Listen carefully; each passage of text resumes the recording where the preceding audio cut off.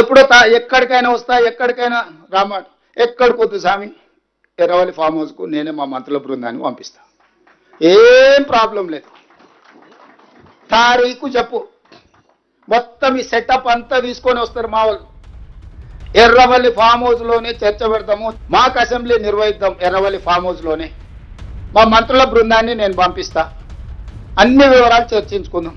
ముఖ్యమంత్రి కూడా ఈ చర్చలో పాల్గొనాలి అని చంద్రశేఖరరావు గారు కోరుకుంటే ఎర్రవల్లి ఫామ్ హౌస్లో జరగబోయే ప్రజాప్రతినిధుల సమావేశానికి నేను కూడా వస్తాను. తారీఖు నిర్ణయించండి. క్లబ్బులు పప్పులు అంటేనే మాకు కొంచెం ఇబ్బంది, మేము వాటికి దూరం మొదటి నుంచి.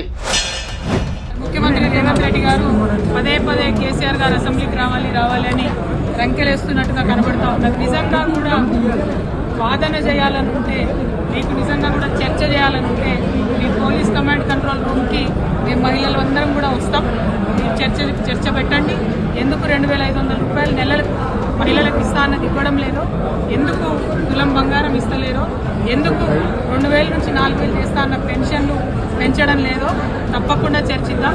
అంతేగాని చీటికి మాటికి కేసీఆర్ గారు పేరు చెప్పి మీరేదో డైవర్షన్ పాలిటిక్స్ చేయాలని చూస్తే తెలంగాణ ప్రజలేం అమాయకులు కాదు.